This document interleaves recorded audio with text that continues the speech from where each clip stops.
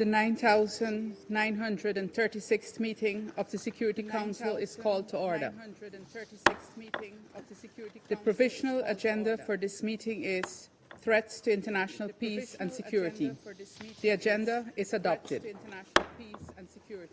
In accordance with Rule 37 of the Council's Provisional Rules of Procedure, I invite the representatives of the Islamic Republic of Iran, of Iraq, Israel, and Kuwait to participate in this meeting. It is so decided.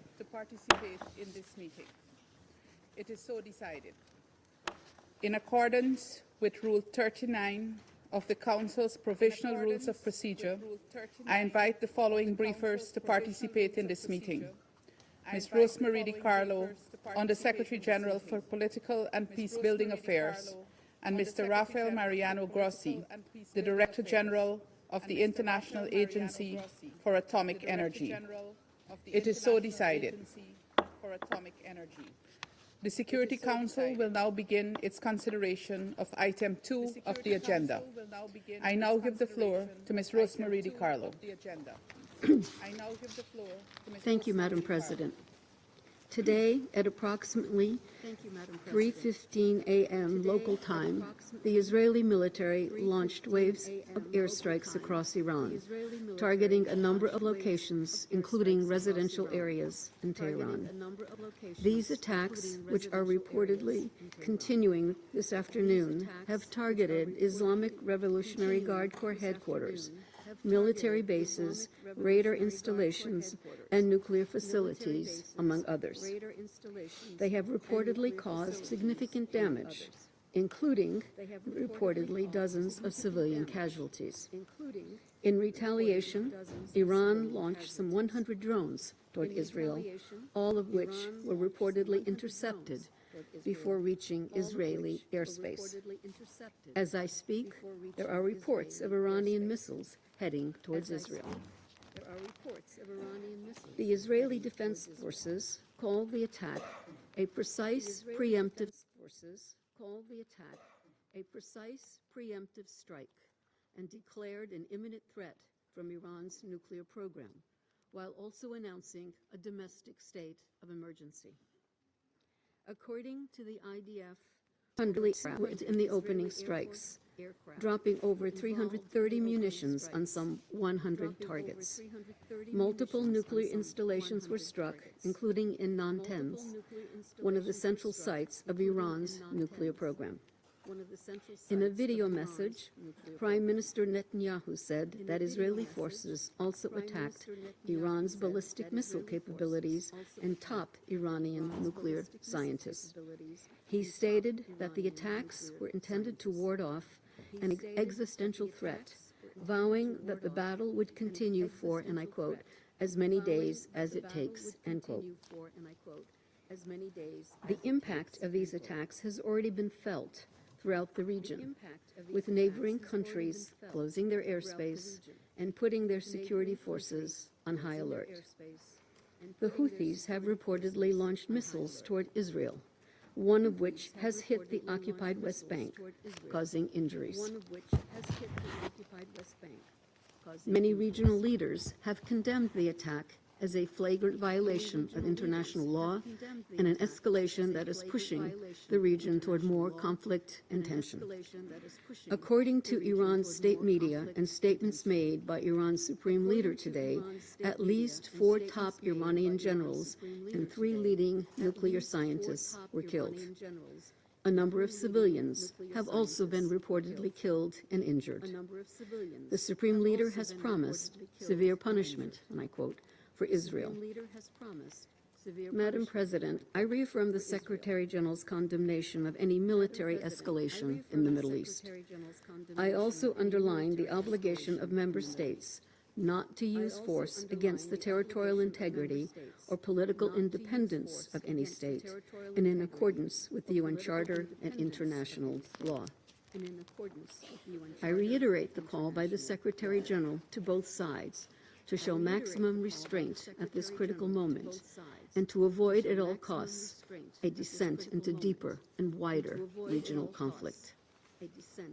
Of particular concern is the strikes on Iran's nuclear facilities. It has been reported that the Natanz enrichment complex, which houses both the fuel enrichment plant and the pilot fuel enrichment plant, suffered significant damage, including centrifuge cascade calls. The International Atomic Energy Agency resolution, adopted on 12 June, calls on Iran to meet its legal obligations and to fully cooperate with the IAEA to urgently remedy its non-compliance with its safeguards agreement. Finally, the latest dangerous escalation follows some significant diplomatic developments. Talks between Iran and the U.S. were to resume in Oman this weekend. I encourage such diplomatic efforts to continue. A peaceful resolution through negotiations remains the best means to ensure the inclusively peaceful nature of Iran's nuclear program. We must, at all costs, avoid a growing conflagration that would have enormous global consequences. Thank you, Madam President. I thank Ms. DiCarlo for her briefing, and I now give the floor to Mr. Rafael Mariano Grossi. Thank you very much, Madam President. Thank you for the opportunity, Madam Secretary General and dear colleagues. It is a pleasure for us to be able to contribute to this very important debate today. Early this morning, the IAEA was informed of the military operation launched by Israel, which includes, as the Secretary General DiCarlo was just informing, which includes attacks on nuclear facilities in the Islamic Republic of Iran. As I reported this morning to the IAEA Board of Governors, We have been in permanent contact with the Iran Nuclear Regulatory Authority to ascertain the status of relevant nuclear facilities and to assess any wider impacts on nuclear safety and security. Iran confirmed that initially only the Natanz fuel enrichment plant had been attacked in today's strikes. This facility contains the fuel enrichment plant and the pilot fuel enrichment plant. At Natanz, the above-ground part of the pilot fuel enrichment plant, where Iran was producing uranium enriched up to 60% uranium-235, has been destroyed. Electricity infrastructure at the facility, an electrical substation, main electric power supply building, emergency power supply and backup generators have also been destroyed. There is no indication of a physical attack on the underground cascade hall containing part of the pilot fuel enrichment plant and the main fuel enrichment plant. However, the loss of power to the cascade may have damaged the centrifuges there. The level of radioactivity outside the Natanz site has remained unchanged and at normal levels, indicating no external radiological impact to the population or the environment from this event. However, due to the impacts, there is radiological and chemical contamination inside the facilities at Natanz. The type of radiation present inside the facility, primarily alpha particles, is manageable with appropriate radiation protection measures. At present, the Iranian authorities are informing us of attacks on two other facilities, namely the Fordo fuel enrichment plant and at Isfahan, where fuel plate fabrication plant, a fuel manufacturing plant, a uranium conversion facility, and an enriched UO2 powder plant are located. However, Madam President, I have to inform that at this moment we do not have enough information beyond indicating that military activity has been taken place around these facilities as well, which initially had not, I repeat, had not been part of the military operation. But now there is enough information for me to say to you that these facilities are also concerned. All these developments, Madam President and dear colleagues, are deeply concerning. I have repeatedly stated that nuclear facilities must never be attacked, regardless of the context or circumstances, as it could harm both people and the environment.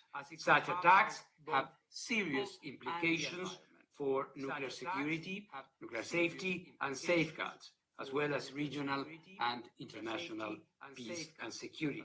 In this regard, as I also reminded the Board of Governors of the IAEA, there are numerous General Conference resolutions on the topic of military attacks against nuclear facilities, in particular resolutions General Conference 444 or 533, which indicated that any armed attack or and threat against nuclear facilities devoted to peaceful purposes is a violation of the principles of the Charter, international law, and the statute of the agency.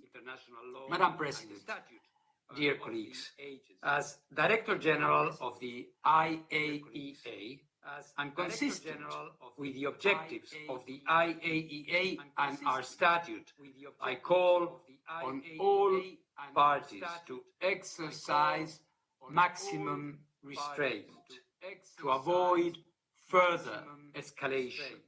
I reiterate that any military action that jeopardizes safety and security of nuclear facilities risks grave consequences for the people of Iran, the region, and beyond. You were evoking, or Madam Undersecretary General was evoking, that yesterday the Board of Governors of the IAEA adopted an important resolution on Iran's safeguards obligations. But in addition to this, the Board resolution stressed its support for a diplomatic solution to the problems posed by the Iranian nuclear program. The IAEA continues to monitor the situation closely. Our Incident and Emergency Center has maintained continuous contact with the Iranian authorities from the onset of the attack, regularly confirming the status of the facilities, and will continue to do so in the coming days. Additionally, we have established a task force comprising several senior staff members to monitor the situation closely over the next few days, and they will be available 24/7, of course, at the disposal of the United Nations Security Council, as it should be. The IAEA stands ready to provide technical assistance and remains committed to its nuclear safety, security, and safeguards mandate in all circumstances. I stand ready to engage with all relevant parties to help ensure the protection of nuclear facilities and the continued peaceful use of nuclear technology in accordance with our mandate, including deploying agency nuclear security and safety experts, in addition to our safeguards inspectors already present in Iran, wherever necessary, to ensure that nuclear installations are fully protected and continue to be used exclusively for peaceful purposes. As I informed today the IAEA Board of Governors, Madam President, I have indicated to the respective authorities my readiness to travel at the earliest to assess the situation and ensure safety, security, and non-proliferation in Iran. I have also been in contact with our inspectors in Iran and Israel. The safety of our staff is, of course, of paramount importance. All necessary actions are being taken to ensure they are not harmed.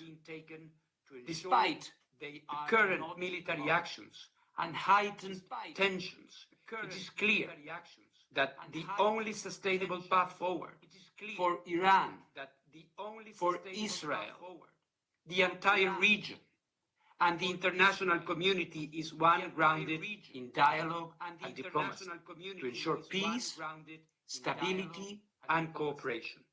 The IAEA, as the international technical institution entrusted with overseeing the peaceful use of nuclear energy, remains a unique and vital forum for dialogue, especially now.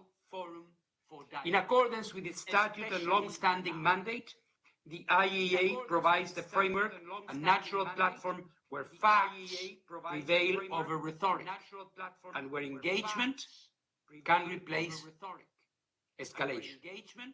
I reaffirm my personal and the agency's readiness to facilitate technical discussions and support efforts that promote transparency, safety, security, and the peaceful resolution of nuclear-related issues in Iran. I thank you very much, Madam President. I thank Mr. Grossi for his briefing. I now give the floor to those council members who wish to make statements. I give the floor to the representative of the Russian Federation. Madam President, we would like to thank the Under-Secretary General for Political Affairs Political and Peacebuilding Affairs. We thank Ms. DiCarlo and the Director General of the IAA, Ms. Grossi. We thank them for their briefings. First of all, we would like to express our condolences to the leadership and the people of the Islamic Republic of Iran, having to do with the numerous victims, including amongst civilians, which were the result of Israeli action. In front of our eyes, because of Israeli action, what is happening is a very dangerous escalation in the Middle East region, and this is something that requires an immediate attention from this Council. We are grateful to the Guyana Presidency for convening this meeting of ours so expeditiously. It's symptomatic that initially the Council was to consider today, at this very time, the humanitarian consequences of inhumane actions by Israel against the people in the Gaza Strip. Instead of that, we are here having to discuss a new, most dangerous and irresponsible adventure by West Jerusalem in the region, but this time it is also pushing the region to a large-scale nuclear catastrophe. In the early hours of the 13th of June, Israel delivered a number of extensive strikes against the territory of the Islamic Republic of Iran. Peaceful sleeping cities were struck, civilian infrastructure, and peaceful nuclear installations under IAEA safeguards. We heard from the briefers today that there have been victims amongst civilians. This completely unprovoked attack, no matter what Israel says to the contrary, is a gross violation of the UN Charter and international law. One is left with the impression that the leadership of Israel is convinced that they have a completely free hand in the region, and they probably think that Israel can flout any legal norms and replace all international bodies, including the Security Council and IAEA. The Russian Federation strongly condemns this action by West Jerusalem. West Jerusalem's military adventure pushes the region to the brink of a large-scale war, and the responsibility for all of the consequences of these actions lies fully with the Israeli leadership and those who encourage them. We are particularly concerned by the potential radiological consequences of hitting nuclear installations. My country has for a number of years been warning and saying that trying to resolve by force the issues surrounding the Iran nuclear program are unacceptable, as they can lead to the most dire consequences, not just the Middle East region, but for the world as a whole. But these calls of ours were not heeded, and the situation is now following the most negative and unpredictable scenario. Madam President, Israeli actions are aimed at undermining the various negotiating efforts underway now, the efforts to lower the tensions surrounding Iran's peaceful nuclear program. The whole world is looking with hope for the outcome of yet another round of indirect contacts between Iran and the United States, and they were planned for the 15th of June. Israel decided to preempt this in the way they deemed necessary and started bombing the nuclear and energy infrastructure in Iran, showing this way their contempt for laws, norms, agreements, rules, everything that is the basis for a civilized interaction between states. The responsibility for what happened is not just with the State of Israel, but also on its closest allies. This is a direct consequence of Western countries' acquiescence, who for months knowingly and methodically pumped up anti-Iran hysteria in the UN Security Council and in the Board of Governors of IAEA. The states didn't even try to come up with a constructive solution to the crisis surrounding the Joint Comprehensive Plan of Action and the Security Council Resolution 2231, which endorsed it. Their goal was completely different. It was to put pressure on Iran in any way possible, to paint Iran as the source of all the trouble in the region, and to baselessly present the reciprocal legitimate steps by Tehran when they try to trigger the protection mechanisms in JCPOA as violating obligations under non-proliferation.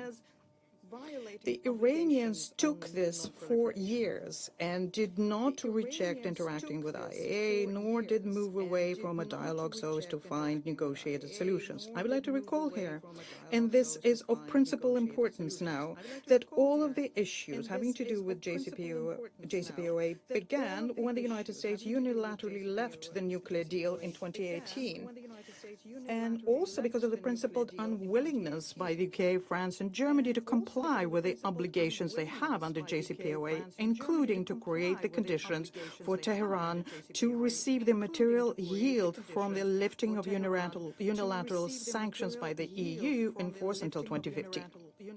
And later, they even went so far as to resume unilateral sanctions, which runs counter to Article 25 of the Charter. The European Union also joined in with pressure, disregarding thus their duty of impartial coordinator of the joint JCPOA Commission. The most egregious example was what happened in Vienna yesterday. Yet another biased and divorced from reality resolution passed by the Board of Governors of IAEA, which talks about some trumped-up threat to international peace and security from the Iran nuclear program. And this happened despite the fact that Iran is strictly complying with its obligations under NPT and under the Comprehensive Safeguards Agreement, and despite the fact that Iran remains and reports of IAEA Secretariat state clearly that there is no non-proliferation risk. In other words, the Western participants to the JCPOA have been doing everything to fuel the escalation and essentially incited it. They artificially created tension and international platforms, and this only provided Israel with additional impetus for radical steps and created the feeling of impunity with Israel. In the context of the current strikes by Israel, what we noticed is the information mass media about the fact that there was likely coordination between Israel and British special services. Immediately after the Israeli strikes, they sheltered the Israeli aviation which participated in the strikes in their bases in Cyprus. We also noticed a statement made by Israel when they said that they warned about their attacks. They warned Germany, JCPOA participant, and Italy. It also came to the fore that our American colleagues also had information about the strikes. The Israeli strikes were also supported by the French, who clearly knew about them beforehand.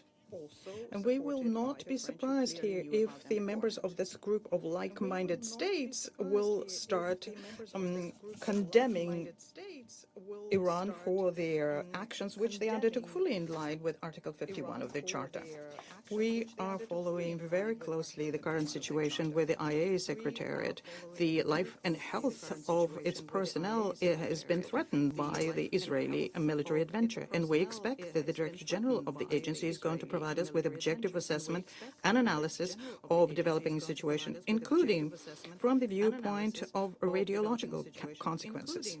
Madam President, the unprovoked attacks against the territory of sovereign Iran, the targeted strikes on the peaceful nuclear facilities cannot be justified in any way. The international community cannot and should not stand idly by when such a provocation presents itself, and tolerating such actions is a sure way to a large-scale war and a serious threat to global security. We're convinced that the Security Council has to provide an unequivocal legal and political assessment of what's been done by Israel, and also call for an immediate halt to any kind of pressure by force and for a rejection of practice of unilateral military steps.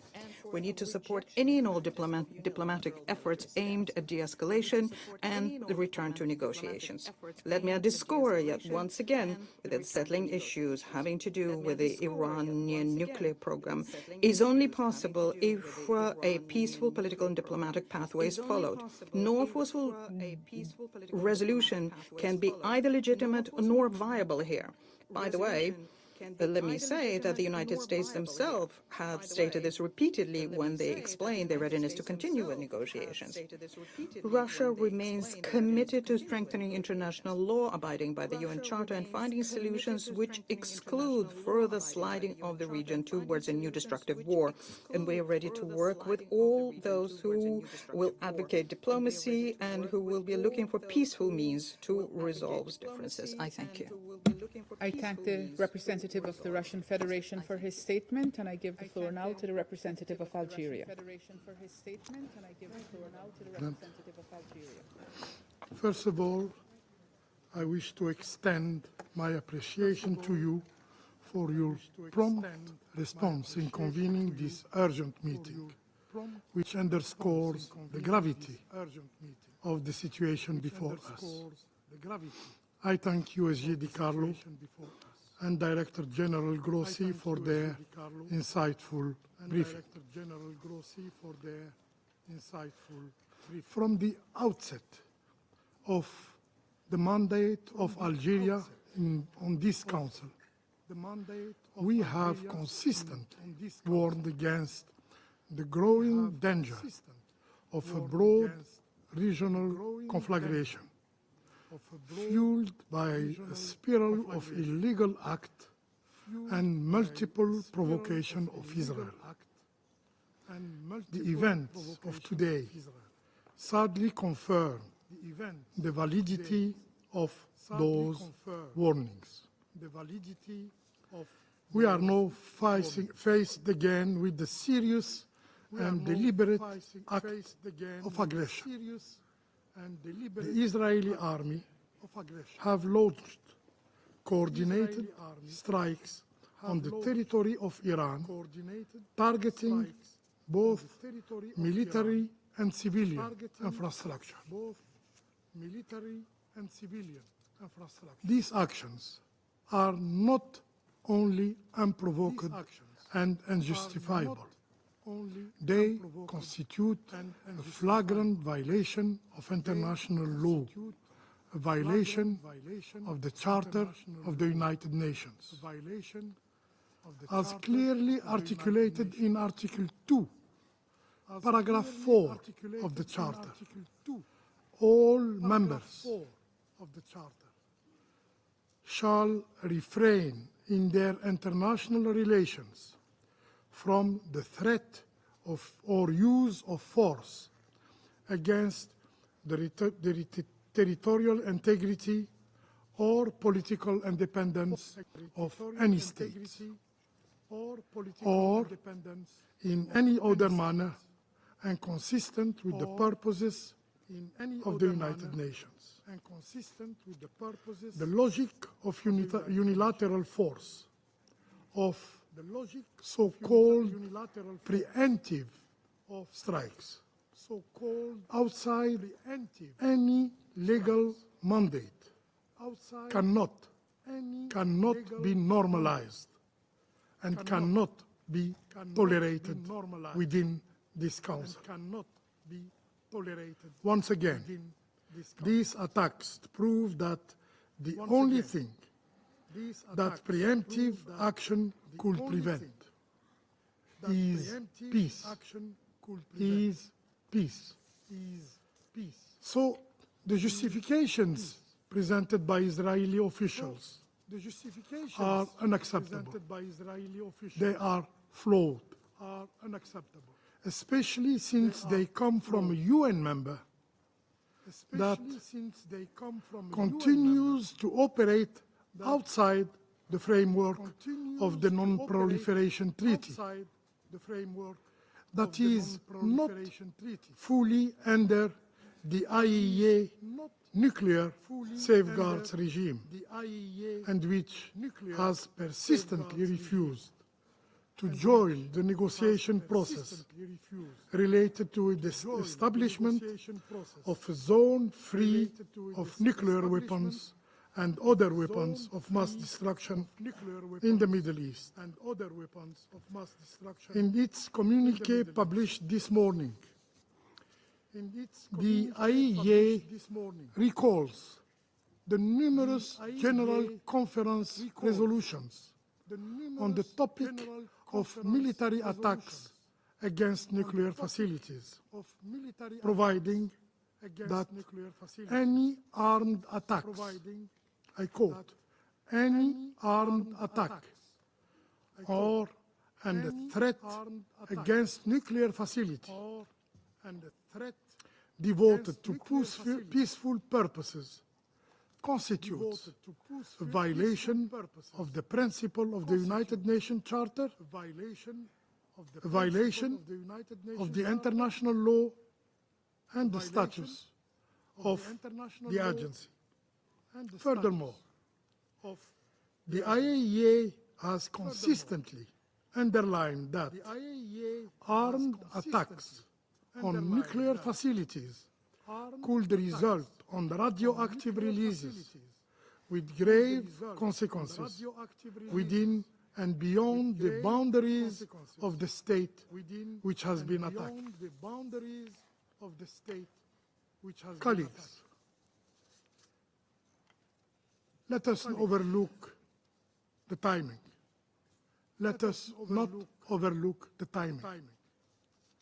These attacks occur precisely as Iran and the United States, with the facilitation of Oman, are engaged in indirect negotiation regarding Iran's nuclear program.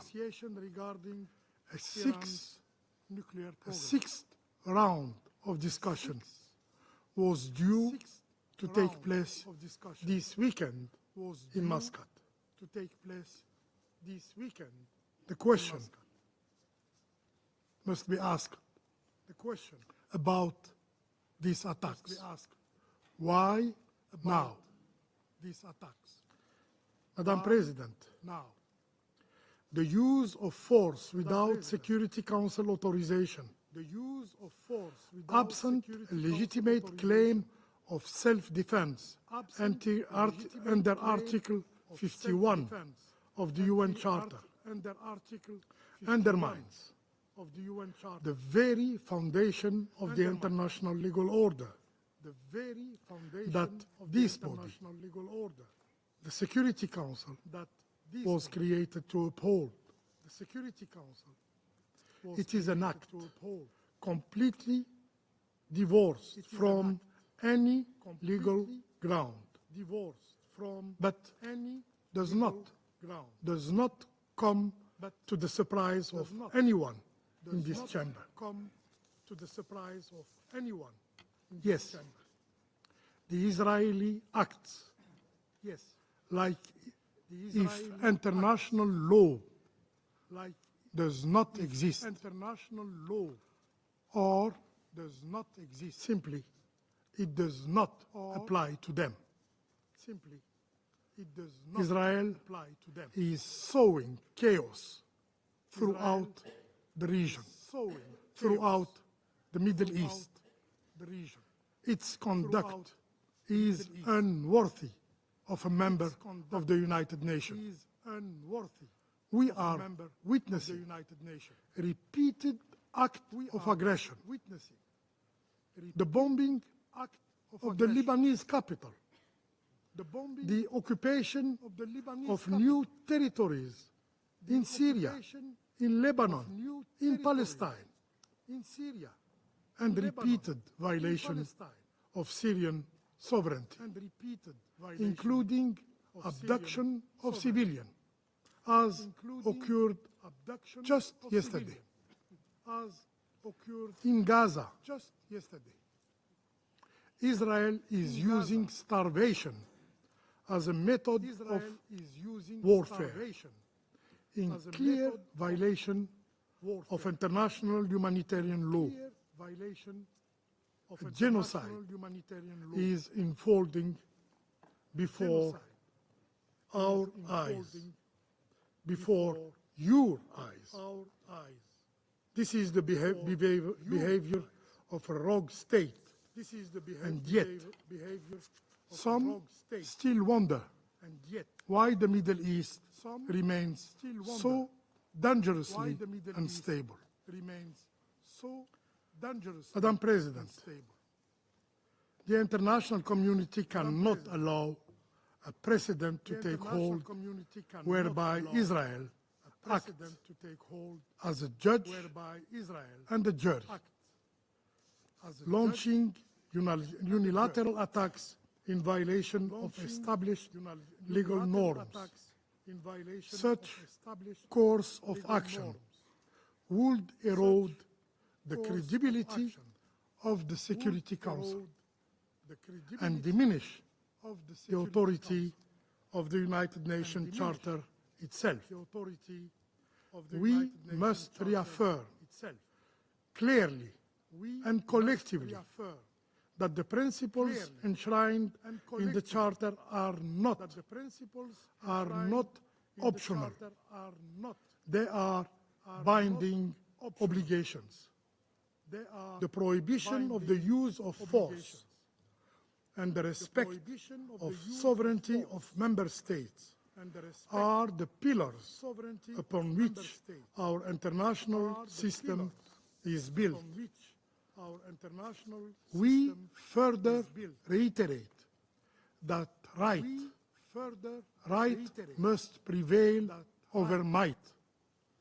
No political objective, no matter of strategy can justify actions that defy the legal order upon which peace among nations depends.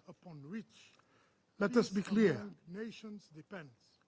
Upholding international law is not a choice. It is a duty under all circumstances and without exception. Without exception. I thank you. I thank the representative of Algeria for his statement, and I give the floor now to the representative of the Republic of Korea. Thank you, Madam President, for convening this important and urgent meeting. I also thank Director General Grossi and USG DiCarlo for their significant briefings regarding Israel's ongoing attacks and their impact. The Republic of Korea is gravely concerned about the escalating and deepening conflict in the Middle East. We condemn all actions that plunge the region into an extremely dangerous situation. We are deeply alarmed by Israel's announcement that its targeted operation will continue for as many days as it takes to eliminate the Iranian threat. Although it appears that the strikes were directed at military sites and personnel, including nuclear facilities and missile factories, it is highly troubling that reports indicate they have already resulted in many civilian casualties. As Director General Grossi pointed out, attacks on nuclear facilities could also result in radioactive releases with potential grave consequences on the lives and safety of the people across the region. We support the IAEA's commitment to ensuring nuclear safety, security, and its safeguards mandate in all circumstances. Iran's retaliation risks further escalation in a region already scarred by years of violence and destruction. The Council has consistently warned against the spillover effects of such conflicts. A full-scale war would serve no one in the world. We therefore urge both parties to exercise maximum restraint and refrain from any actions that could lead to further escalation. Another cycle of violence and retaliation must be avoided. We believe both countries possess the wisdom to avert a broader conflict that the region can hardly afford, and that a narrow but vital window for diplomacy still remains to pull back from the brink of all-out conflagration. Madam President, as a country neighboring another that is seriously violating non-proliferation obligations, the Republic of Korea shares serious concerns over Iran's continued expansion of its nuclear program, including the accelerated production of highly enriched uranium. In light of the expiration of UN Resolution 2231 this October, we have consistently urged Iran to fully cooperate with the IAEA in its monitoring and verification activities under the NPT Safeguards Agreement. However, yesterday, the IAEA Board of Governors adopted a resolution declaring Iran's non-compliance with its non-proliferation obligations for the first time in 20 years. Under this backdrop, the current crisis underscores the urgent need to reach a robust agreement that ensures the exclusively peaceful nature of Iran's nuclear program. Without such a resolution, a vicious cycle of armed attack and retaliation may persist, driving the region into even deeper turmoil and instability. We once again call for immediate de-escalation and a renewed push toward a diplomatic solution. The Republic of Korea firmly opposes any steps that further inflame tensions in the region. Pursuing a military solution may produce short-term visible effect, but in the mid to long term, they will only further deepen and entrench the instability and insecurity in the Middle East. We urge all parties to exercise the utmost restraint and urgently return to diplomacy. Thank you, Madam President. I thank the representative of the Republic of Korea for his statement, and I give the floor now to the representative of Somalia. Thank you, Madam President. At the outset, allow me to express my gratitude for swiftly convening this important meeting today. I also would like to thank USG DiCarlo and Director Gross for their comprehensive briefing on the grave developments unfolding in the Middle East.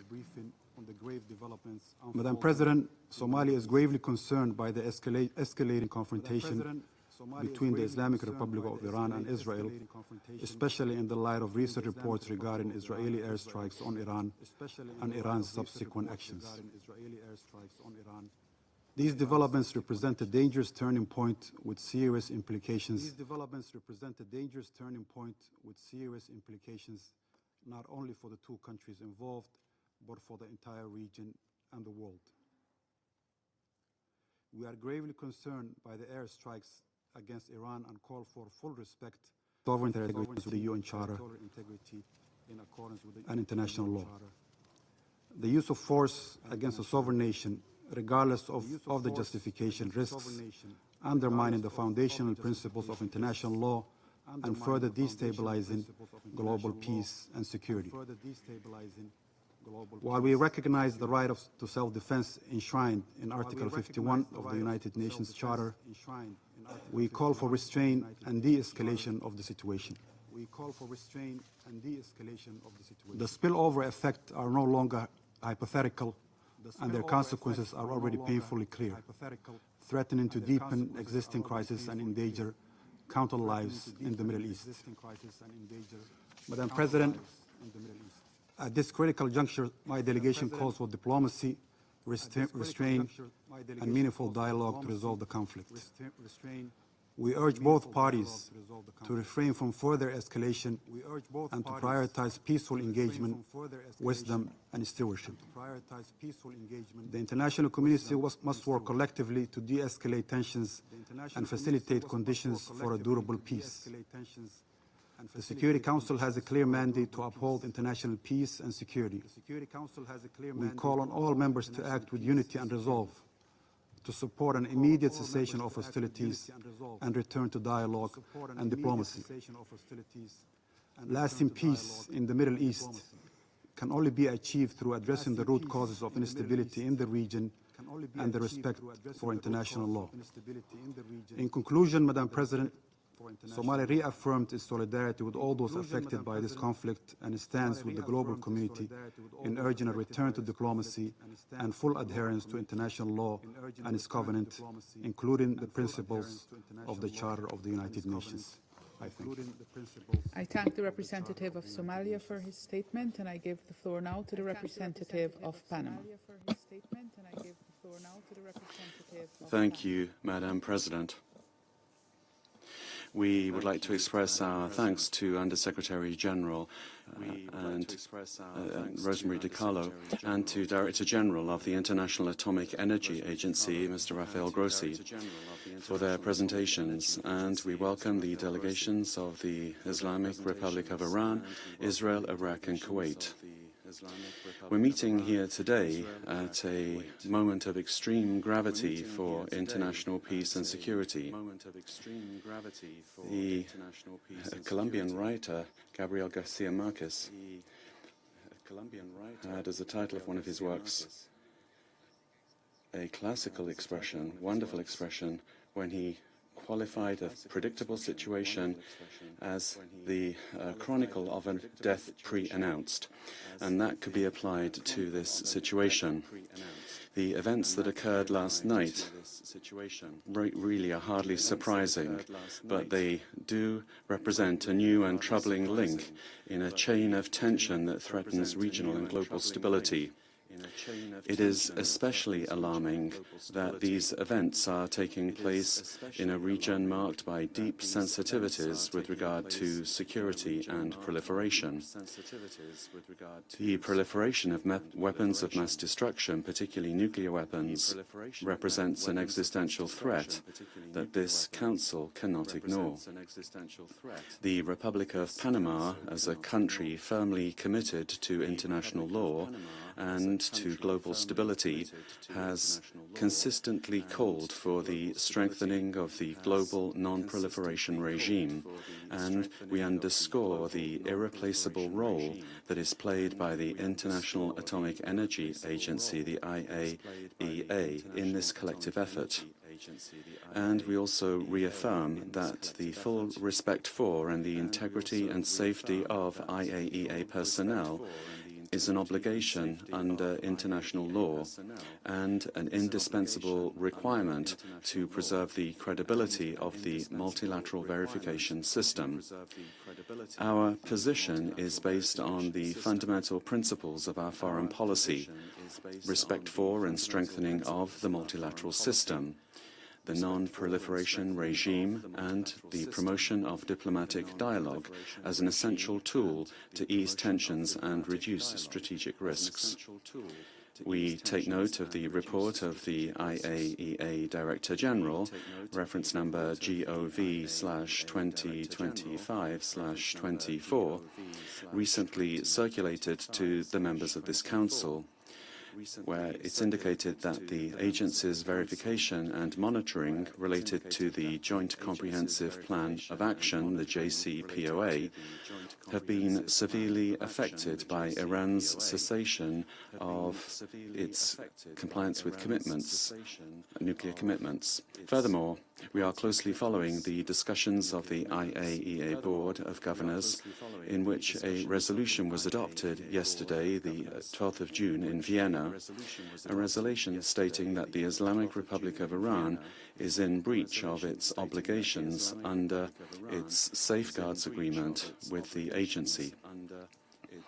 Unfortunately, the information available to now with regard to the facts and motivations does not still allow us to know the practical scope of this non-compliance and the derived effects from this, and also does not allow us to distill conclusions from this information. Therefore, for the moment,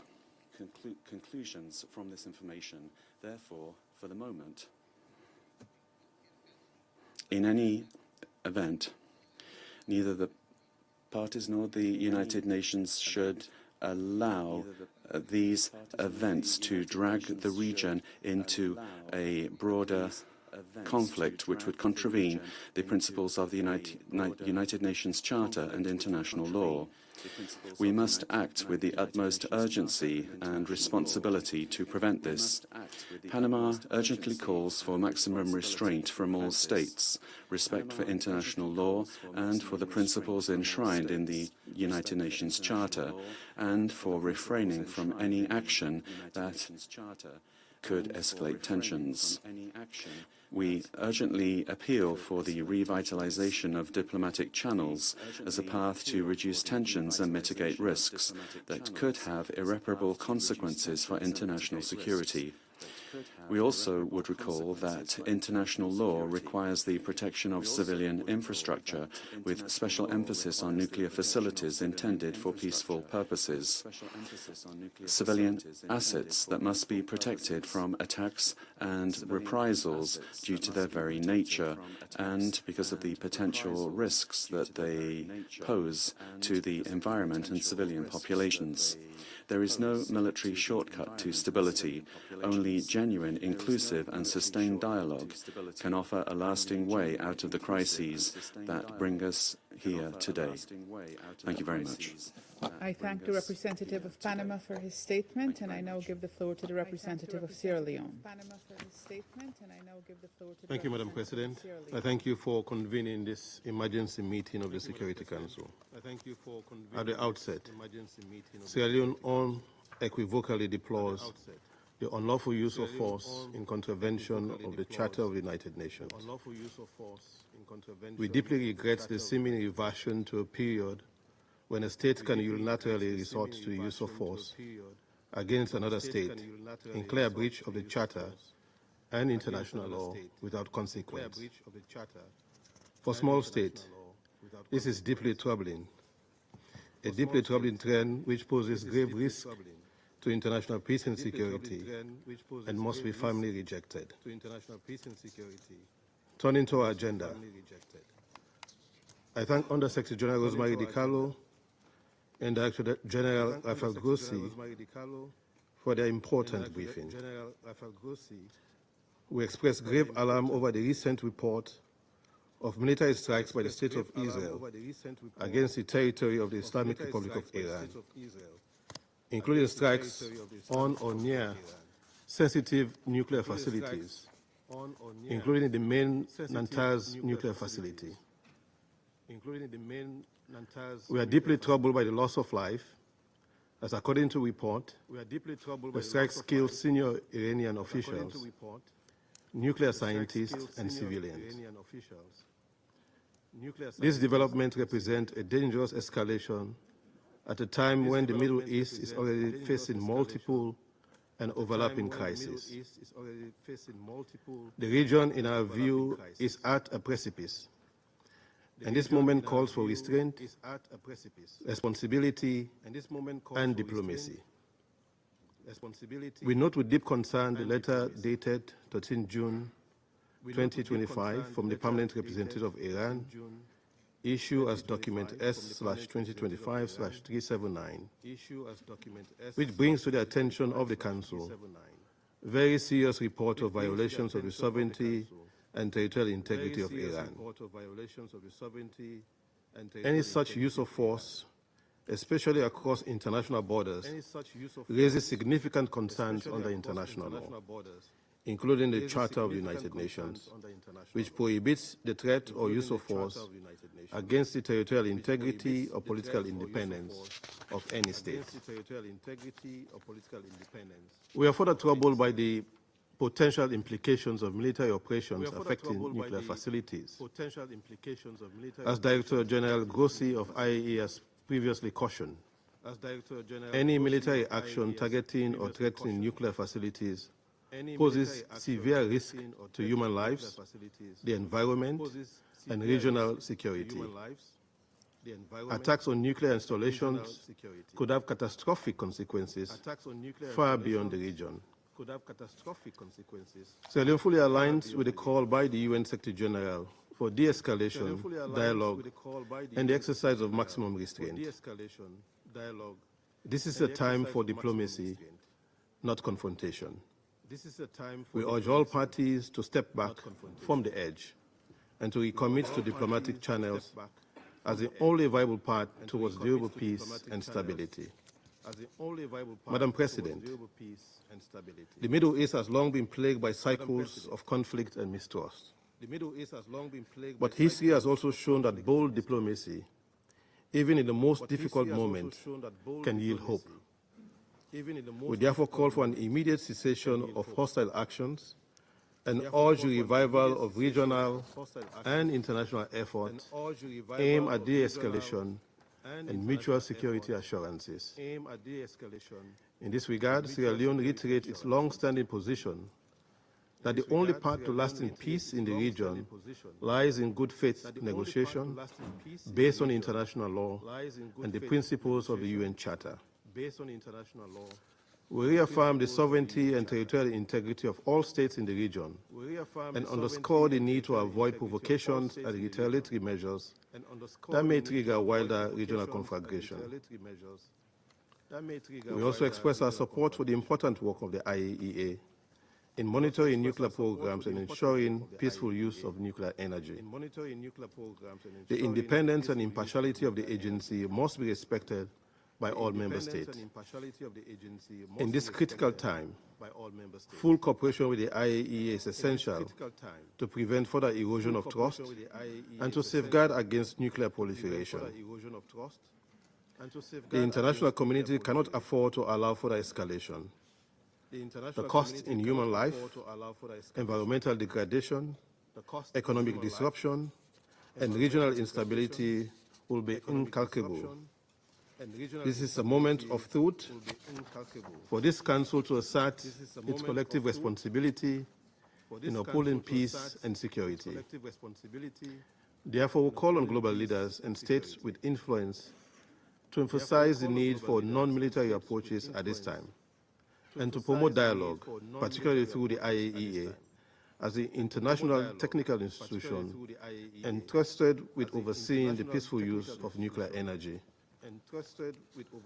We reaffirm the Security Council's responsibility to promote de-escalation and preserve international peace and security through peaceful and lawful means. We call on all members of the Council to work constructively towards a consensus response that reaffirms our shared commitment to the principles of the UN Charter, especially the peaceful resolution of dispute. In closing, Madam President, Sierra Leone urges all concerned parties to take a step back, to de-escalate, and to return to the table of dialogue. The world is watching, and history will judge the choices to be made in this defining moment. Finally, on the broader question of peace in the Middle East, Sierra Leone expresses its regret over the announcement of the postponement of the planned high-level conference on Palestine and the two-state solution as a result of the recent strikes. We hope that the conference will be reconvened at the earliest opportunity and as a crucial step towards advancing a just and lasting peace. I thank you. I thank the representative of Sierra Leone for his statement, and I give the floor now to the representative of China. President, thank you for convening this emergency open meeting and for the briefings by Director General Grossi and Under Secretary General Di Carlo. Early this morning, Israel launched large-scale attacks on multiple targets in Iran, causing damage to Iran's nuclear facilities and casualties. The Israeli side said that the Israeli military operations would last for several days.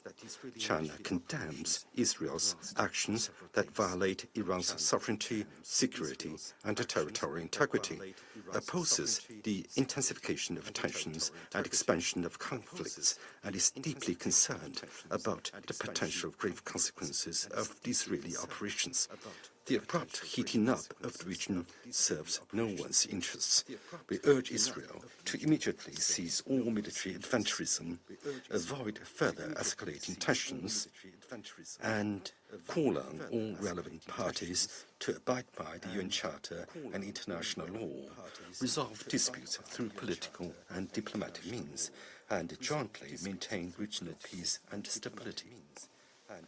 China is seriously concerned about the negative impact of the current developments on the diplomatic negotiations on the Iranian nuclear issue. China has always been committed to peacefully resolving the Iranian nuclear issue through dialogue and negotiation. We oppose the use of force and illegal unilateral sanctions and oppose armed attacks on peaceful nuclear facilities. As an NPT signatory, Iran's right to the peaceful uses of nuclear energy should be fully respected. President, for some time now, conflicts in the Middle East have dragged on, and the regional situation has remained highly tense. Gaza has been subjected to prolonged attacks and blockades, with over 2 million people trapped in an unprecedented humanitarian disaster. The international community should work together to promote a ceasefire in Gaza, de-escalate the regional situation, and effectively curb the spread of conflict. Countries with significant influence over Israel should practically play a constructive role. The Security Council should make full use of all the means conferred to it by the Charter to ensure the implementation of its relevant resolutions and to play its due role in maintaining regional peace and security. I thank you, President. I thank the representative of China for his statement, and I give the floor now to the representative of Denmark. Thank you, Madam President. And let me also thank Under-Secretary General DiCarlo and Director General Grossi for your briefings. Colleagues, we meet at a critical moment for regional and international peace and security. As we speak, the situation in the Middle East is once again at the top of our agenda. The risk of escalation and regional destabilization is deeply worrying and something that requires our greatest attention. It is now time for all actors to show utmost restraint, to prioritize the safety and well-being of their people, to choose dialogue over confrontation. Madam President, Denmark's position is clear. Iran must never be allowed to acquire a nuclear weapon. For years, Iran has continued to undertake activities in blatant violation of the JCPOA. Its production and accumulation of highly enriched uranium had reached unprecedented levels. Its nuclear enrichment capability and its operations continue to expand. It is very disturbing that the IAEA is unable to provide assurances that the Iranian nuclear program is exclusively peaceful because Iran is not fulfilling its legally binding safeguards obligations. These activities constitute a threat to international peace and security and a threat to the global non-proliferation regime. Yesterday's IAEA resolution clearly demonstrated this dangerous course of action. Still, we strongly believe that diplomacy must prevail. We have supported the talks between Iran and the United States on the status of Iran's nuclear program. We strongly urge Iran to engage in this dialogue in good faith. Madam President, in this current climate, we stress the importance of avoiding serious consequences in terms of a nuclear accident, which would be nothing short of devastating. This is not true only for Iran, but far beyond its borders. We urge all parties to abide by their obligations under the UN Charter and international law, including avoiding any steps that could lead to a potential radioactive release. Let me also use this occasion to express our full support for the IAEA and its verification and monitoring of the IAEA remains essential. Madam President, in closing, let me reiterate the urgency of de-escalation at this moment. For a region already grappling with too much crisis and conflict, a cycle of retaliation would only worsen the situation and risk plunging the Middle East further into conflict. This must be avoided. We call for a recommitment to diplomacy over discord, for the courage to reduce tensions, to step back from this dangerous brink. Denmark stands ready to support any and all efforts to this end, to find a lasting solution to the Iranian nuclear issue through a negotiated political solution. I thank you. I thank the representative of Denmark for her statement, and I now give the floor to the representative of Greece. Thank you, Madam President. I thank Under-Secretary General Di Carlo and Director General Grossi for the informative and timely briefings. Madam President, the situation in Iran and the Middle East is still unfolding. There is a dangerous moment, and any further military escalation in the Middle East and beyond should be avoided. We are particularly concerned at the escalation in the region while talks between Iran and the United States on Iran's nuclear program were underway. Allow me to make two brief points. First, we call on both sides to immediately de-escalate, show maximum restraint, and avoid retaliation. The international community must be immediately engaged to prevent a regional conflagration using all available diplomatic and dialogue channels. We are closely monitoring the situation and reiterate our strong commitment to regional security. Greece has repeatedly expressed its strong concern over the Iranian nuclear program and stressed that Iran must never be allowed to acquire a nuclear weapon. In this context, we reaffirm Israel's right to protect itself and to assure its security. At the same time, we strongly believe that lasting security can only be achieved through diplomacy and in a negotiated deal. A diplomatic resolution of the crisis is now urgent for the sake of the region's stability and global security. We stand ready to support, both bilaterally and through international organizations, all diplomatic efforts and prioritize a return to talks on Iran's nuclear program held by the United States. Second, we reiterate the need to respect international law and international humanitarian law. It is essential to uphold the UN Charter as regards the use of force, as well as the integrity of the global non-proliferation regime. We recall the obligation of UN member states to act in accordance with the UN Charter and international law. It is also of the utmost importance to ensure that civilians do not find themselves in the crossfire, especially given the nuclear aspect of the evolving crisis. As our foreign minister has recently stated in this chamber, and I quote, "The protection of civilians is not optional. It is a legal obligation under international humanitarian law and a moral imperative we cannot afford to neglect." We call upon all parties to respect international humanitarian law in all circumstances, and we call upon all member states to use their influence to ensure all parties respect for it. Unquote. Madam President, in closing, let me repeat in the strongest possible terms that now more than ever, a diplomatic resolution is the only option. It is our only hope for peace and security in the region and beyond. I thank you. I thank the representative of Greece for his statement, and I give the floor now to the representative of Pakistan. Thank you, Madam President. We would like to also join colleagues in thanking Director General Grossi and Under Secretary General Di Carlo for their briefings. Madam President, Pakistan strongly condemns unjustified and illegitimate aggression by Israel against the Islamic Republic of Iran. Pakistan stands in resolute solidarity with the brotherly people of Iran. We offer our sympathies and condolences on the loss of life and damages due to these heinous attacks. The Israeli military strikes violate the sovereignty and territorial integrity of Iran and clearly contravene the UN Charter and fundamental principles of international law. We unequivocally denounce these blatant provocations, which constitute a grave danger and a serious threat to the peace, security, and stability of the entire region and beyond, with serious implications. Iran has the right to self-defense under Article 51 of the UN Charter. Madam President, these attacks follow a dangerous pattern of Israeli irresponsible conduct marked by ongoing military operations in Gaza and repeated cross-border strikes in Syria, Lebanon, and Yemen, demonstrating a consistent and deliberate disregard for international norms. Israel's actions in the Middle East reflect a continuing pattern of unilateral militarism in flagrant violation of Article 2(4) of the UN Charter and represent acts of aggression as defined under General Assembly Resolution 3314 of 1974. Israel's serial breaches of sovereignty normalize impunity, erode the authority of the United Nations, and gravely undermine the international order. Such blatant aggression and contempt for international law has already had devastating consequences.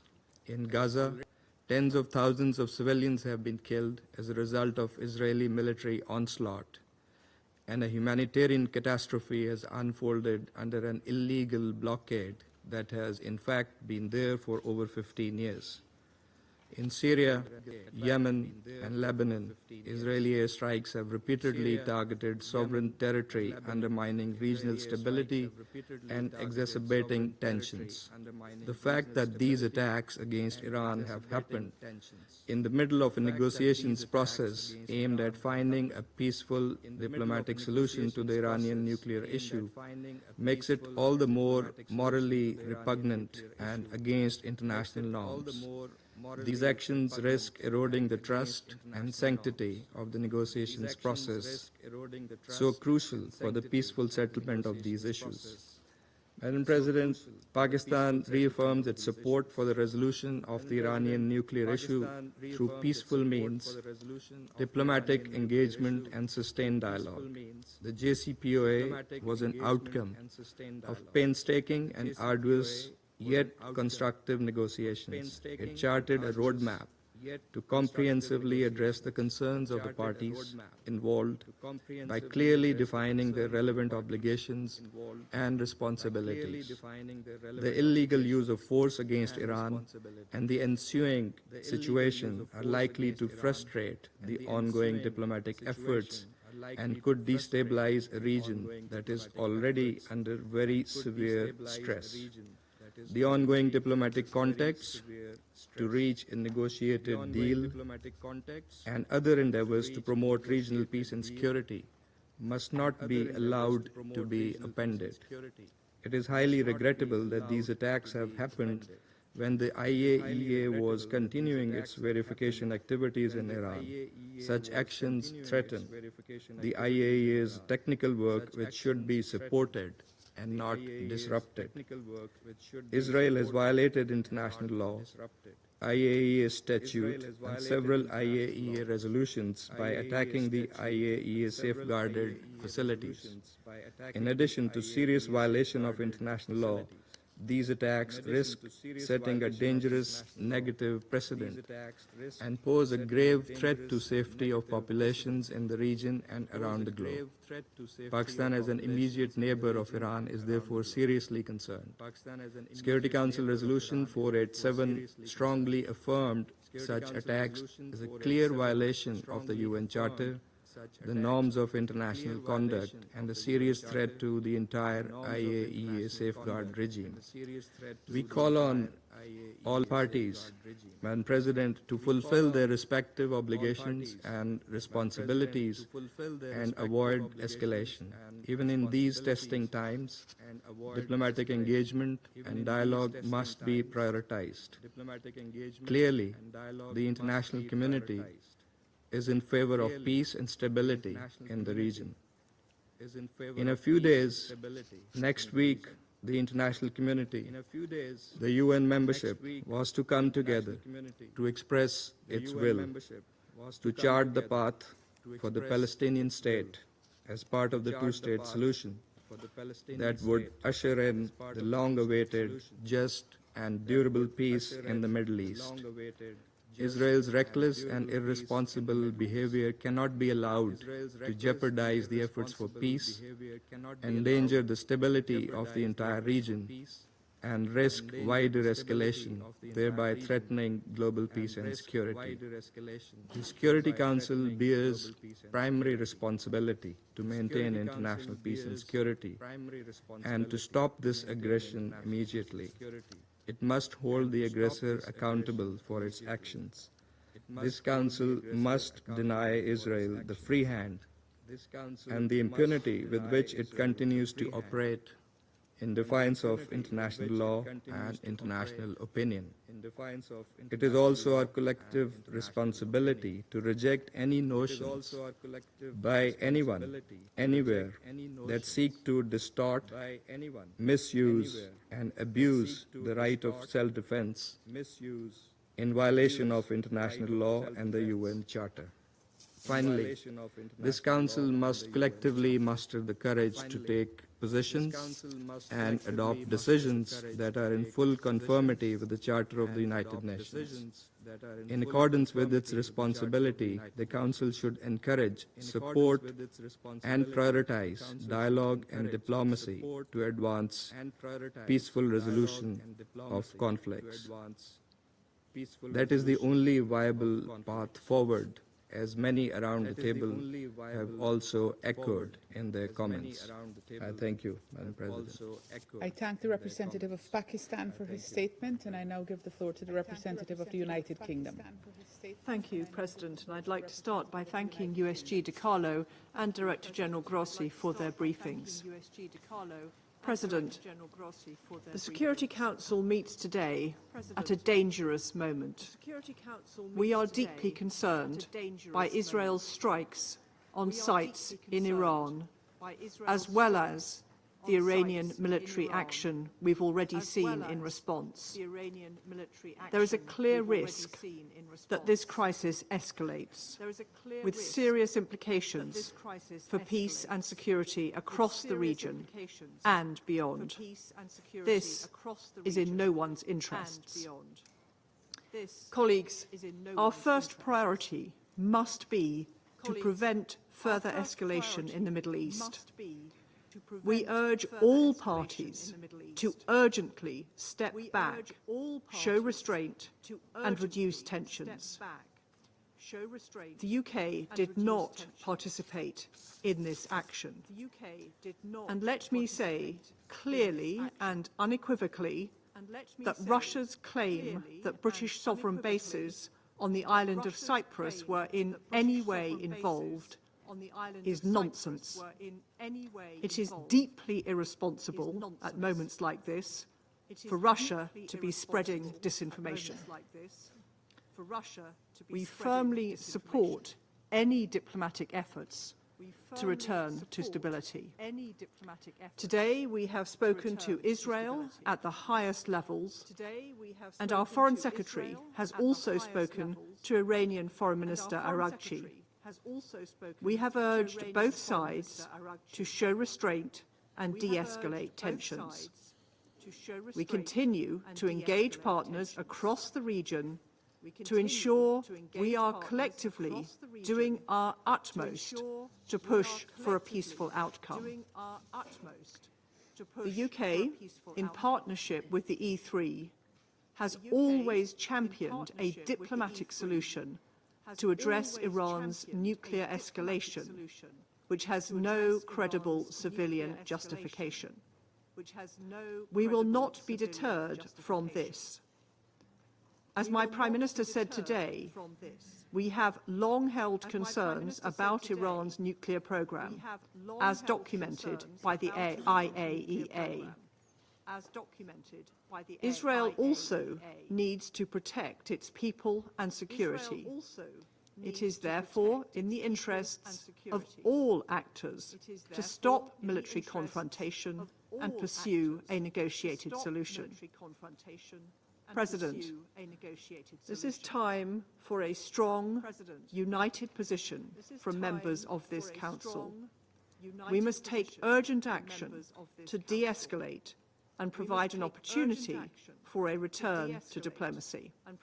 I thank you. I thank the representative of the United Kingdom for her statement, and I give the floor now to the representative of Slovenia. Thank you, Madam President. Let me begin by thanking USG DiCarlo and Director General Grossi for their valuable contributions to today's discussion. Madam President, Slovenia is deeply concerned with the overnight and today's developments that threaten to destabilize an already very fragile state of affairs in the Middle East. We express our deepest concern with the Israeli strikes on Iran and Iran's response. We condemn any military escalation in the region. Madam President, Israeli attacks on nuclear installations in Iran come at a particularly volatile time. While talks between Iran and the United States on the status of Iran's nuclear program are on their way. As both my President and the Prime Minister have said, these negotiations have sparkled a glimmer of hope to reach a deal that would be of substantial importance not only for the region, but for the whole international community. Slovenia remains concerned with the size and unclear nature of Iran's nuclear program. We have zero tolerance for proliferation of nuclear weapons.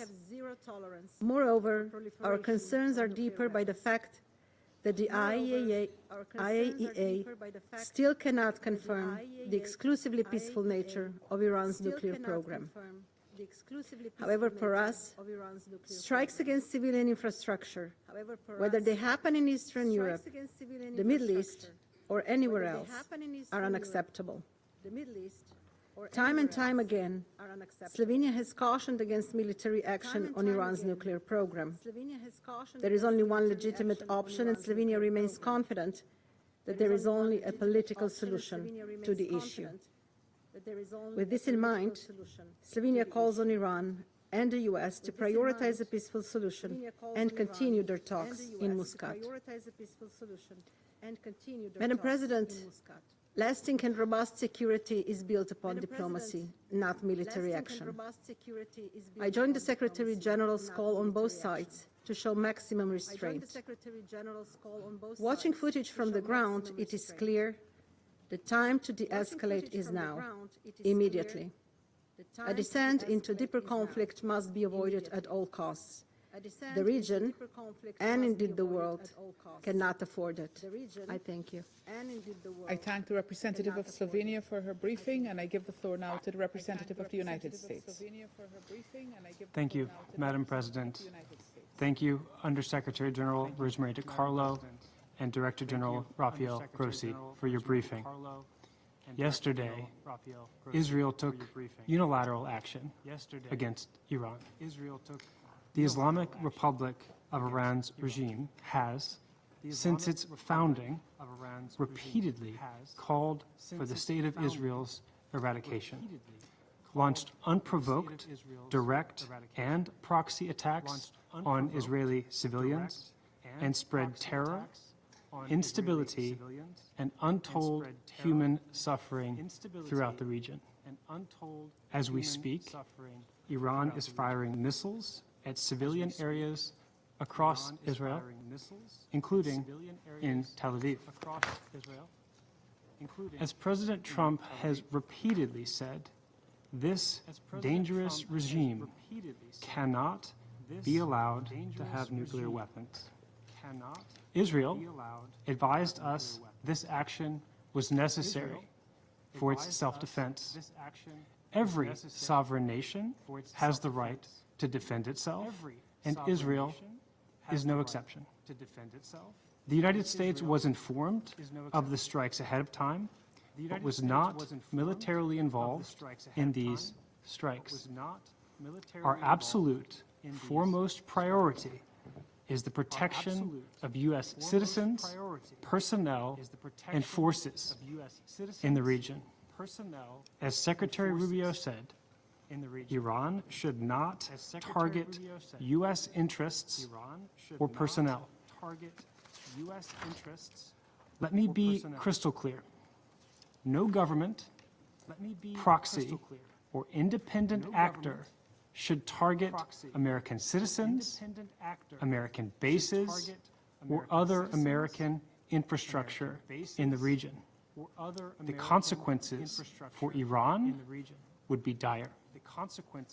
President Trump was elected with a sweeping mandate from the American people to advance peace and to avoid the grave mistakes of past administrations that led to forever wars. We seek a secure peace. As President Trump said, the violence should come to an end, and Iran should make a deal so that there is, quote, no more death, no more destruction, close quote. The United States will continue to seek a diplomatic resolution that never a nuclear weapon will pose a threat to stability in the Middle East. Iran's leadership would be wise to negotiate at this time. Thank you. I thank the representative of the United States for his statement, and I give the floor to the representative of France. Thank you, Madam President. First of all, I would like to thank the Undersecretary General for Political and Peacebuilding Affairs and the Director General of the International Agency for Atomic Energy. We thank them for their briefings describing the situation. Madam President, following the strikes last night by Israel against Iran, France has been following the situation very closely, and we express our deep concern as regards the current developments. France recalls its commitment to the stability in the Middle East and urges all of the parties to exercise maximum restraint and to work towards de-escalation. The President of the Republic and the Minister for Europe and Foreign Affairs had talks this morning with their counterparts in the region and beyond, and they conveyed the same message on the need to put an end to the current escalation. The commitment of France towards diplomacy is unwavering alongside its E3 partners and in close coordination with the United States. Diplomacy must prevail now. We in France stand ready together with our partners to support efforts aimed at reducing tension, and we reaffirm, as was recalled by the President of the Republic, the right of Israel to protect itself and ensure its security. Madam President, France has many times expressed its concerns regarding the escalation of the Iranian nuclear program. This escalation is a threat for the European security interests and for the peace and security internationally. Iran's nuclear weapon would threaten the stability of the region and would bring with it the risk of further escalation, proliferation. In April, under the presidency of Jean-Noël Barrot, France organized a Security Council meeting to highlight the shared interest of the international community to preserve the non-proliferation regime, which is a key element of our collective security. And this implies for Iran that it needs to uphold its commitments not to seek or acquire nuclear weapons and the need to fulfill its obligations. France, together with its European E3 partners, has engaged constantly in looking for a diplomatic solution to the Iranian nuclear crisis and will continue doing the same. We have contributed to the negotiations of the 2015 agreement and towards its implementation and its preservation to date. Iran did not take up the numerous opportunities to return to the agreement. Iran continued the escalation of its nuclear program in violation of its obligations and commitments. The Iranian nuclear program has never been as advanced as it is today, and it lacks any credible civilian justification. The IAEA Director General is not in a position today where he would state that it's exclusively peaceful. And this week, on the basis of a comprehensive report, which is a technical and impartial assessment by the agency, the Board of Governors of the IAEA found that Iran is in violation of its safeguards obligations. In the recent days, Iran announced the increase in its enrichment capacities and the creation of a new infrastructure for that. And it continues its ballistic missile activities, which destabilize the region and can reach not just the region, but also European territory. It transfers drones and missiles to Russia for its war of aggression against Ukraine. France, together with partners, supports a diplomatic, credible, and lasting solution so as to address the legitimate concerns of the international community regarding the Iranian nuclear program. The solution has to be arrived at before the expiration of the Security Council Resolution 2231 in October. We once again call upon Iran to return to upholding its obligations and to commit itself to negotiations so as to avoid escalation and continued destabilization of the region. Madam President, our priority is to prevent regional conflagration and to continue with a diplomatic solution. France stands ready to work with all of its partners to promote de-escalation in the region. I thank you. I thank the representative of France for his statement, I shall now make a statement in my capacity as the representative of Guyana. I thank Under Secretary General Rosemary DiCarlo and Director General of the IAEA, Mr. Rafael Mariano Grossi, for their important briefings. Colleagues, Guyana is deeply concerned about the attack carried out by Israel against facilities in Iran. My delegation has noted the reports that the attack has resulted in the loss of lives, including civilians. It has also reportedly resulted in retaliatory drone strikes by Iran against Israel. Israel's latest attack on Iran contravenes the principles enshrined in the United Nations Charter. At a particularly volatile period in the region, the attack risks exacerbating existing tensions in the Middle East and escalating the ongoing crisis. Guyana is concerned about the recent military escalation in the region and calls for maximum restraint from member states.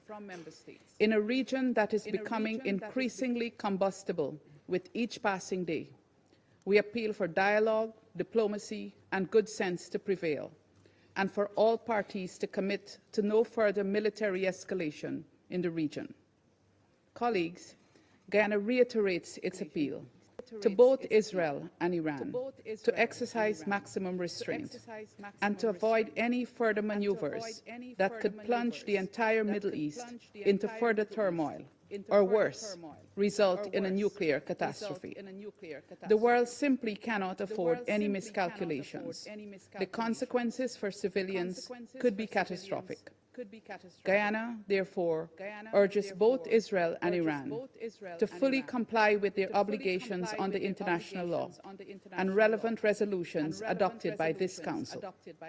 We further call on the two parties to uphold the principles of respect for sovereignty and territorial integrity, to adhere fully to international law and the United Nations Charter, and to settle their differences peacefully. Guyana also stresses the importance of accountability for all violations of international law, and to avoid creating a culture of impunity for such actions.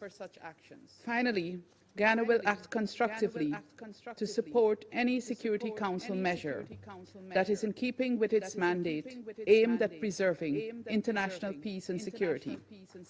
The Council must take a united approach to these developments to confront the prospects of outright war in a region and the devastating consequences that would follow for the region and beyond.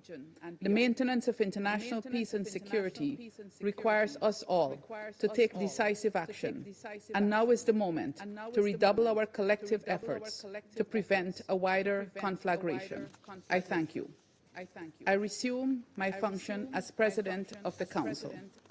I now give the floor to the representative of the Islamic Republic of Iran. In the name of God, the compassionate and merciful, Madam President, we extend our sincere congratulations to Guyana as assuming the presidency of the Security Council this month, and we thank you for your coordination and for convening this urgent and important meeting. We appreciate Under Secretary General Mr. DiCarlo and Director General Mr. Grossi for their contribution to this meeting.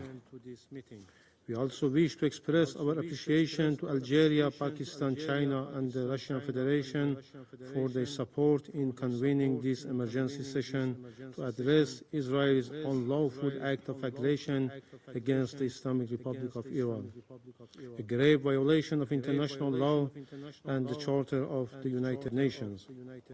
I address the Council today on behalf of the people and government of the Islamic Republic of Iran with the utmost urgency and grave alarm, Madam President.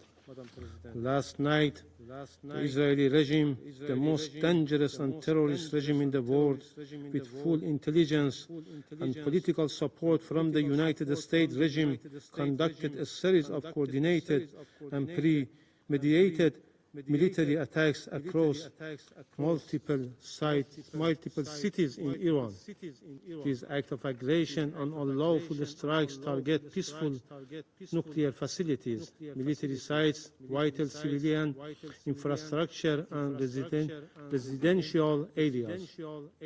Among the key targets was the Natanz nuclear facility, a safeguarded site under the full monitoring of the International Atomic Energy Agency.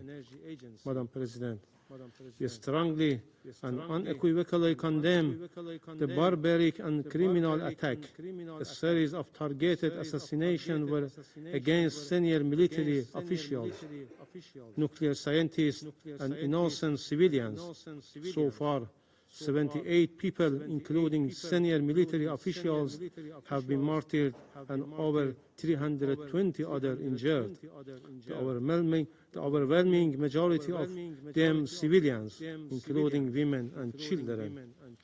Earlier today, Israel continued its act of aggression against Iran, once again targeting multiple civilian and military sites across several Iranian cities. These deliberate and systematic killings were not only illegal, but inhuman, a chilling display of calculated aggression. These atrocities constitute clear acts of state terrorism and flagrant violation of international law. Madam President, the inaction of the United Nations, the Security Council, and the IAEA, despite repeated and documented warning by Islamic Republic of Iran regarding Israeli threats against its nuclear sites, have seriously undermined the credibility and authority. Their silence in the face of repeated Israeli provocation has emboldened this rogue regime to escalate its violation and cross every red line. Let us be clear. This reckless attack on safeguarded nuclear facilities defied not only the fundamental principles of international law, but also basic common conscience. Any damage to these facilities risks catastrophic radiological consequences that would not be confined to Iran, but could spread across the region and beyond. Only a regime devoid of humanity and responsibility would endanger millions of lives in pursuit of its destructive ambitions. These actions stand in direct violation of numerous legal instruments, including the IAEA Statute, the Treaty of Non-Proliferation of Nuclear Weapons, the Geneva Convention, and multiple Security Council and IAEA General Conference resolutions, all of which prohibit attacks or threats against nuclear facilities under safeguards. Above all, this aggression is a grave breach of the United Nations Charter, particularly Article 2, Paragraph 4, which prohibit the threat or use of force against the territorial integrity or political independence of any member state. Israel also violated Iraq's sovereignty and territorial integrity. The Permanent Mission of Iraq today formally protested and condemned this violation of its territorial integrity in a letter to the Security Council and the Secretary General. Madam President, those who support this regime with the United States at the forefront must understand that they are complicit by aiding and enabling these crimes, by they share full responsibility for the consequences. Supporting Israel today is supporting war crimes, crimes against humanity, and deliberate undermining of global peace and security. The Israeli regime's long-standing crimes against the oppressed Palestinian people, its repeated violation of the sovereignty of regional countries, and its possessions of undeclared weapons of mass destruction have made the Middle East a cauldron of chronic instability since its creation. It is long overdue for the international community to act. This regime must be disarmed of all weapon mass destructions, placed under international supervision, and held fully accountable. Madam President, this is not a regional issue. This is not merely an attack on one country. This is a direct assault on the international order, an attack on the Charter of the United Nations, the UN system, the global nuclear non-proliferation regime, as well as the authority of the IAEA.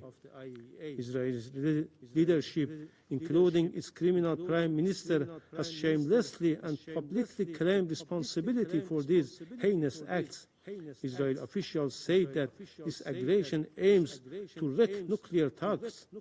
This confession alone is enough to reveal the real motive behind the attack: to kill diplomacy, to sabotage negotiation, and to drag the region into wider conflict. This leaves no room for denial. Furthermore, the aggression was intentional, coordinated, and fully backed by a permanent member of this Council, the United States.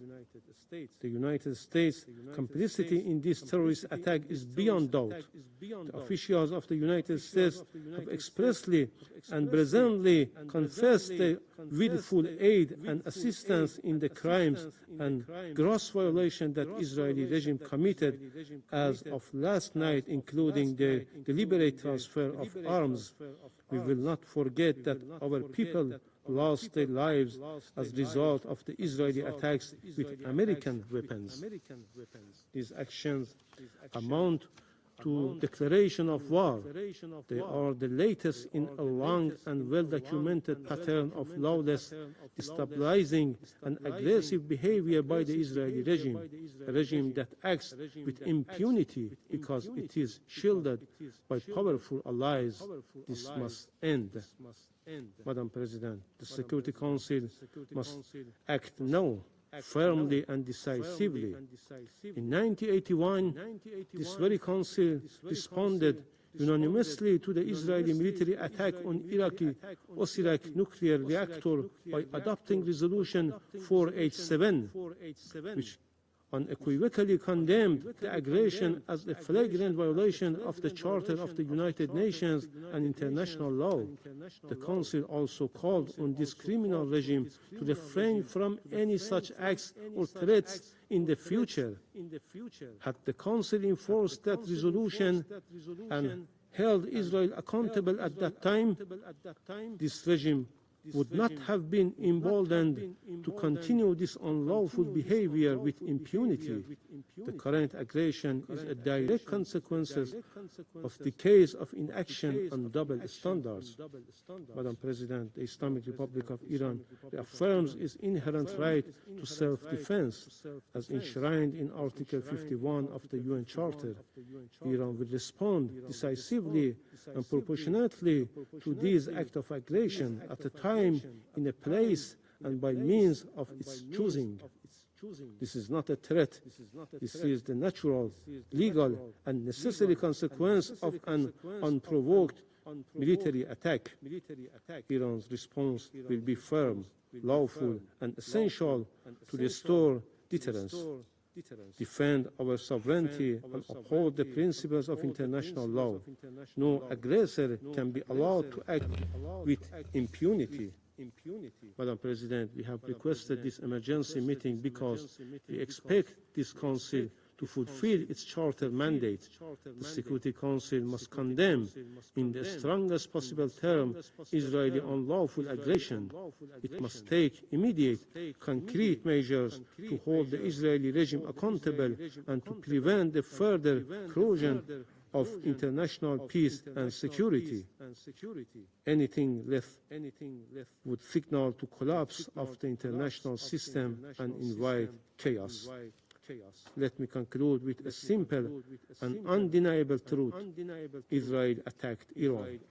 Israel violated international law and the UN Charter, and Israel must be held accountable. The Security Council must act now and stop this act of aggression immediately. Silence is complicity in this crime. I thank you. Thank the representative of the Islamic Republic of Iran for his statement, and I give the floor to the representative of Israel. Madam President, first I would like to thank USG DiCarlo and Director General Grossi. Madam President, Israel has acted to prevent its destruction, and the world now stands at a crossroad between denial and clarity. This is not only a defining moment for Israel, it is a defining moment for the global security order and for the credibility of the international system. As we speak, hundreds of ballistic missiles with conventional payloads are striking Israel's cities, neighborhoods, communities. They are striking population centers, not military bases, not Air Force bases, cities. Dozens are injured, two of them in a critical condition, and we are still following the news. Now take a moment and imagine if today that radical regime had nuclear warheads for those missiles.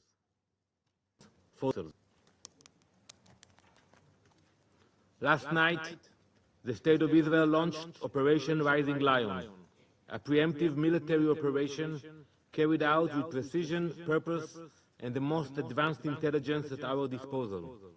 The mission was very clear: dismantle Iran's nuclear program, eliminate the architects of its terror and aggression, and neutralize the regime's ability to follow through on its repeated public promise to destroy the State of Israel. For years, Iran has declared its intent. Its leaders have spoken without hesitation. Less than a month ago, Supreme Leader Ayatollah Khamenei called a quote, cancerous tumor that must be eradicated. IRGC commanders have vowed to, quote, open the gates of hell on Israel. This is a picture from the main square in Tehran. The streets of Tehran display a countdown clock. At the time of the photo, you can see it in Arabic, it was at 8,411 days. It is tracking the regime's planned timeline for Israel's destruction, paid by the government, putting it in the main squares in Tehran. These threats have been made on a near-daily basis. Never again will we dismiss such threats.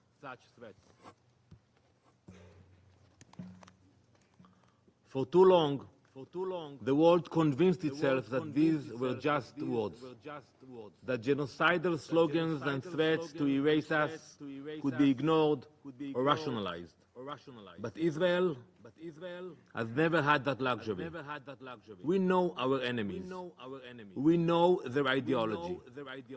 And when a regime builds ballistic missiles, enriches uranium to near weapons grade, and openly declares its intent to destroy us, we believe them. We take them at their word. And we take action before it is too late. Colleagues, Israel did not act recklessly. We waited while Iran enriched uranium to 60%, a level with no civilian justification, and a level that brings the regime within days of a nuclear breakout.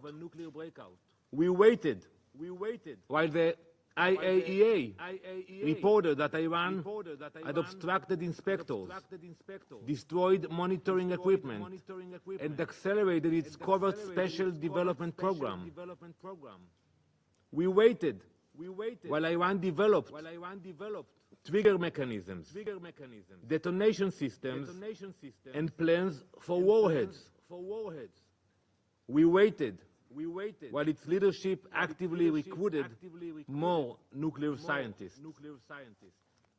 We waited while Iran constructed a ballistic missile industry so large and sophisticated, and we can expose it now, that it was intended to challenge even the US and Russia in ballistic missile capabilities.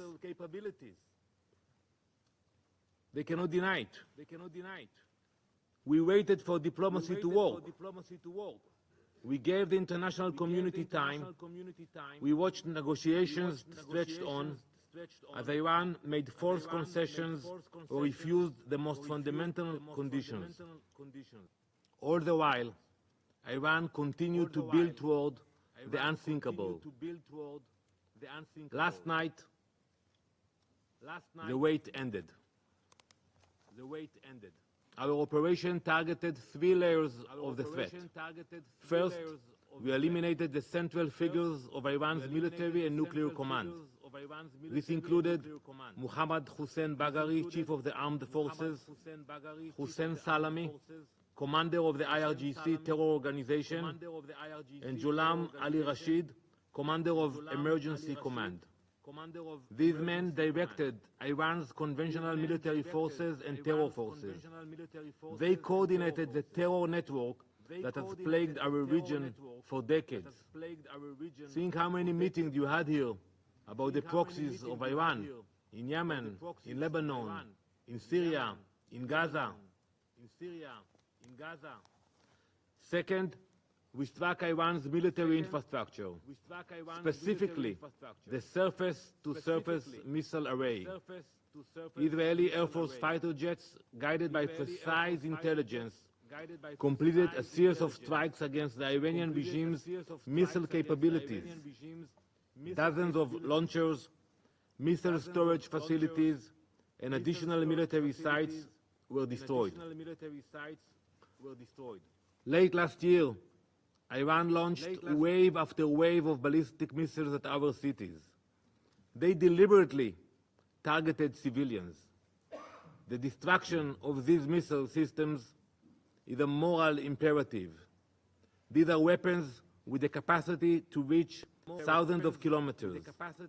Leaving them in the hands of a radical regime, one that openly dreamed of wiping our nation off the map, was not an option.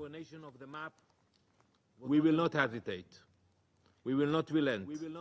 And we will not allow a genocidal regime to endanger our people. Third, we struck the core of the nuclear program, the underground enrichment facilities at Natanz. This facility was operating at a military-grade capacity. Intelligence confirmed that within days, Iran could have produced enough material for multiple bombs. We targeted the heart of that effort. Madam President, this operation was carried out because the alternative was unthinkable. How long did the world expect us to wait? How long? Let's speak about it. Until they assembled the bomb? Until they mounted it on a Shahab missile? Until it was en route to Tel Aviv or Jerusalem? Like the more than 100 missiles that they sent an hour ago? How long should we wait? And if anyone in this chamber still believes Iran would never use such a weapon, I invite you to remember October 7. On that day, we saw what Iran's proxy Hamas was capable of. And then in Gaza, they did it with Kalashnikovs, with grenades. They butchered families, they burned children alive, they mutilated women. Imagine what the head of the snake would do with a nuclear warhead.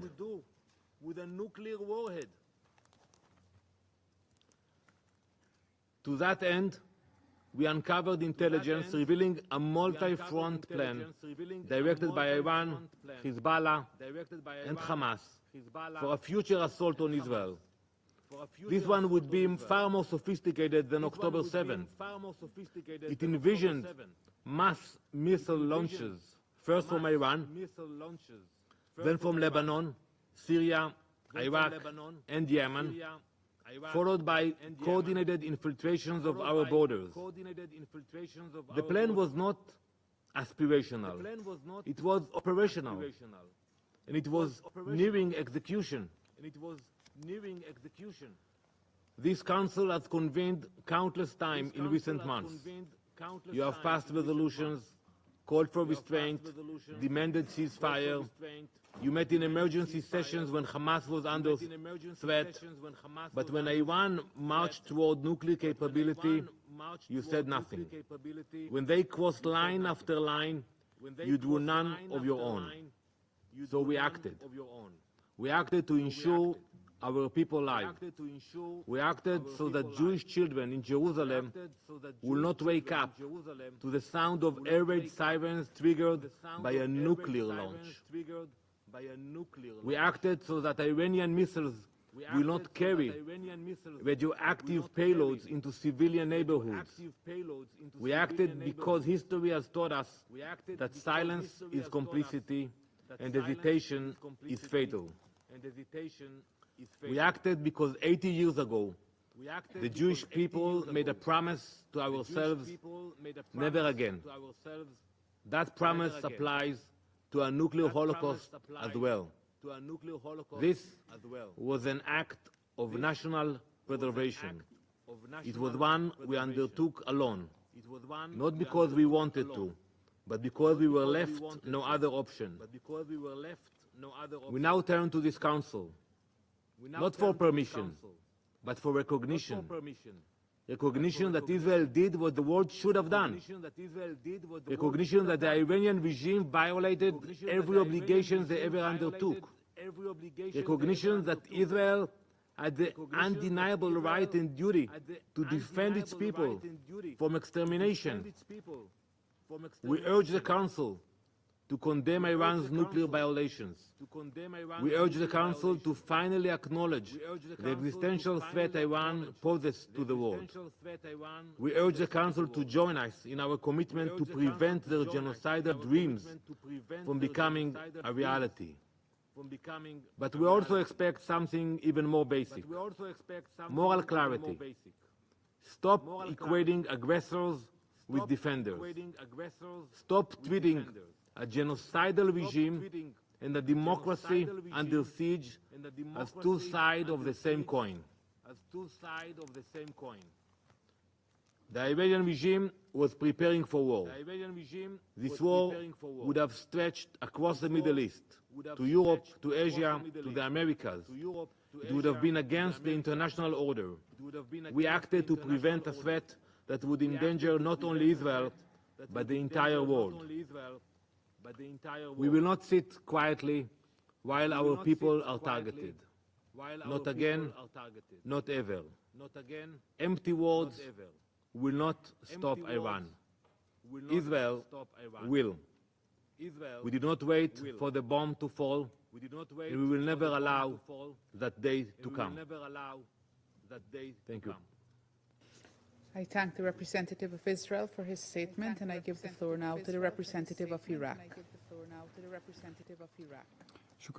Thank you very much, Madam President, for responding to our request and convening this session. I'd like to thank the USG and the Director General of the IEA for their briefings.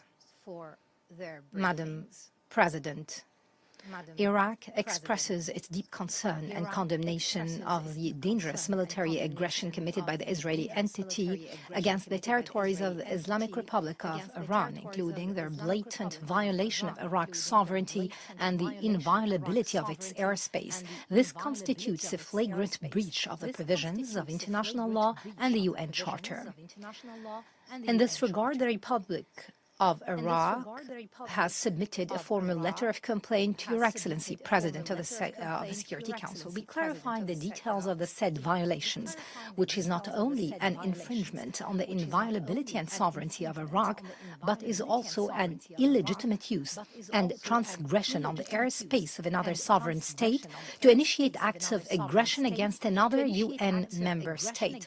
This exposes the entire region to huge security risks. This unacceptable and illegal aerial breach jeopardizes Iraq's security and stability. It's also a dangerous violation of our territorial integrity and our airspace.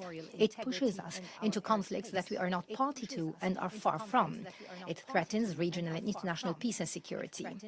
Iraq categorically rejects any attempt at turning our territories or airspace into a theater to settle regional or international accounts.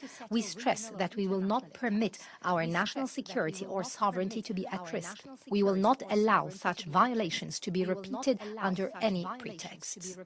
Madam President, the government of the Republic of Iraq underlines that this aggression is also a violation of relevant Security Council resolutions and a violation of the sovereignty of a UN member state. This necessitates a clear position from the international community to ensure serious accountability. The Israeli entity is fully responsible for this escalation and for the repercussions of this violation of the security of Iraq and that of the entire region. Accordingly, the government of Iraq calls on the Council to, first, condemn this flagrant violation of Iraqi sovereignty and considering it a clear breach of the principles of the UN Charter and the rules of international law. Second, hold the Israeli entity fully responsible legally and politically for these acts of aggression. Third, take the necessary measures to stop these violations and prevent their repetition as they put Iraq's security and stability at risk. Madam President, this aggression highlights once again the need for the Security Council to shoulder its responsibility and maintain international peace and security. It must take a clear position vis-à-vis such repeated violations by the Israeli entity, whether against the Palestinian people or against a neighboring country in the region, all with impunity in a way that threatens the credibility of the international law at large. It will only exacerbate tension and instability in the region, which might lead to grave consequences. In conclusion, Madam President, the Republic of Iraq reiterates that it is fully committed to the principles of good neighborliness, non-interference in the internal affairs of other countries, and respect of international law. We reserve our right to take any necessary measures to protect our national security and sovereignty in line with the Charter and the rules of international law. Iraq calls on this august Council to guarantee respect of state sovereignty and independence pursuant to the principles and purposes of the United Nations. Thank you, Madam President. Thank the representative of Iraq for his statement, and I give the floor to the representative of Kuwait. In the name of God, most compassionate, most merciful, thank you, Madam President. Distinguished members of the Council, at the outset, allow me to thank Madam De Carlo and Mr. Grossi for their two valuable briefings. We address you today on behalf of the member states of the Gulf Cooperation Council, namely the United Arab Emirates, the Kingdom of Bahrain, the Kingdom of Saudi Arabia, the State of Qatar, the Sultanate of Oman, and my country, the State of Kuwait. The GCC condemns the attacks by Israel since early this morning against the Islamic Republic of Iran and its attacks against Iranian territory. We express our concern towards this serious escalation that warns of serious and dire consequences for the regional security and stability. These acts of aggression that come at a delicate moment when the Middle East is witnessing increased level of tensions are a blatant violation against the sovereignty of a UN member state, and they represent a serious precedent that undermines the basis upon which the international law is built, and in particular the principle of the respect for state sovereignty and the non-use or threat of use of force against any state. Madam President, the timing of this attack is very sensitive when international efforts were intensifying to resume nuclear negotiations between Iran and the United States. This attack will likely derail the diplomatic efforts and risks a wider conflict that will seriously affect regional and international security. In this context, the GCC affirms that such attacks, regardless of the justification, will only lead to deeper polarization and an expanded conflict, and they pave the way for a regional trajectory that is dangerous and that will not serve the interests of any population in the region. We also emphasize that security in the region cannot be achieved through escalation and bombardment, but through dialogue and political and diplomatic means, and through promotion of good neighborliness and mutual respect. The GCC group will continue the efforts aimed at de-escalation and to advance dialogue and diplomacy. We reiterate our commitment to working with the concerned parties for the sake of peaceful and lasting resolutions that guarantee peace and security in the region. We also call in this context for the greatest degree of restraint and wisdom and to avoid an expanded conflict. The international community, and in particular the UN Security Council, must uphold their responsibility in ending these violations. In conclusion, the GCC reiterates its firm commitment to support peace and security and stability in the region, and we categorically reject the violation of any state sovereignty under any pretext, and we warn against an expanded conflict that will only the forces of chaos and extremism. Thank you, Madam President. Thank the representative of Kuwait for his statement. There are no more names inscribed on the list of speakers. I now invite Council members to informal consultations to continue our discussion on the subject. The meeting is adjourned.